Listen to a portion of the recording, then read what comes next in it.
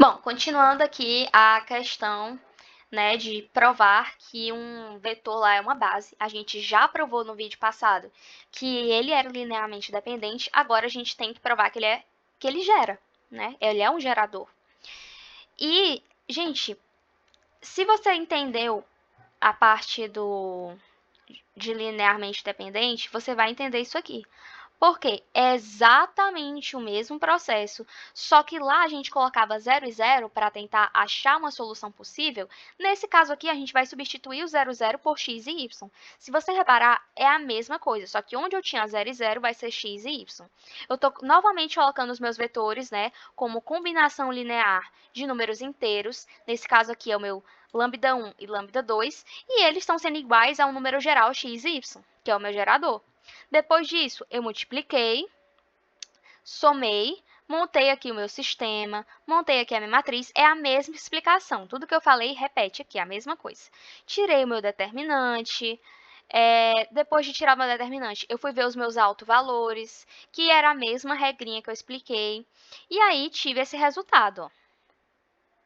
Meu lambda 1 é isso aqui, meu lambda 2 é isso aqui. Que é como se você falasse, né, substituindo aqui o lambda 1 por lambda 2 por esses dois aqui. E aí pronto, você achou o gerador, né? Nesse caso aqui o professor até substituiu, né? Usou um vetor específico, mas enfim, nesse caso é só você substituir o x por 3 e o y por 4, que é o que está aqui. Certo, eu estou até cansada. Aqui, encontrar autovalores e autovetores. Eu risquei, mas é porque enfim. Ele colocou aqui, né, uma transformação linear, que ela acontece dessa forma aqui. Certo. A primeira questão, ele pedia para fazer a representação matricial. Como é que você faz a representação matricial? Primeiro, você tem que reparar nas coordenadas. Aqui a gente tem a coordenada x e a gente tem a coordenada y. Então, na minha matriz, ela vai seguir essa mesma sequência. Aqui vai ser x e aqui vai ser y. Então, você vai olhar, ó, presta atenção nas vírgulas, e olhar. O que é que está acompanhando o x aqui? É o 4. Então, 4 vai estar aqui. Vou para depois da vírgula. O que está acompanhando o x aqui? É o menos 3. Então, o menos 3 vai ficar aqui. Com y, a mesma coisa. O que está acompanhando o y aqui? É o menos 3. Então, aqui é menos 3. O que está acompanhando o y depois aqui da vírgula? É o 4. Então, aqui eu coloco 4. E é assim que você vai representar, né, esse sistema aí de forma matricial. Agora, polinômio característico. Polinômio característico, ele vai pedir algumas questões pedindo isso, e ele é basicamente, gente, uma equação, um polinômio, né? Um polinômio. E como é que você vai achar ele? Você vai pegar essa matriz que você achou e tudo que tiver na sua diagonal principal, você vai adicionar o menos lambda, que vai acontecer aqui, ó. Se você olhar, essa aqui é a única diferença. E depois disso, o que é que você faz? Você vai tirar o determinante. Aqui é uma matriz 2 por 2, como é que tira o determinante? A diagonal principal, multiplicação, né? Menos a multiplicação da diagonal secundária, que ficou assim. Aí, nesse caso, é interessante, né, você resolver, né, resolver a equação, porque a resolução dessa equação vai achar os seus autovalores. Então, se você não resolver aqui, você não vai conseguir achar os seus autovalores, que é o que o professor quer na questão. Então, vamos lá. Ele fatorou aqui, tem produtos notáveis, tá? Que o professor resolveu produtos notáveis, eu também vou colocar na descrição um vídeo sobre isso. Quadrado do primeiro, né? Menos 2 vezes o primeiro vezes o segundo, mais o quadrado do segundo, menos 9. Aí, resolvendo, ficou 16 menos 9, 7. Esse aqui é o nosso polinômio característico. Agora, a gente vai resolver para achar os nossos autovalores. Foi Bhaskara, normal, Bhaskara, que é a fórmula, relembrando aqui, né? É menos x, mais ou menos, né? Aqui são as duas raízes. Raiz de delta sobre 2 vezes o meu a. Lembrando que nesse caso aqui, o meu a é sempre, né, o meu polinômio aqui de segundo grau. Meu a aqui é 1.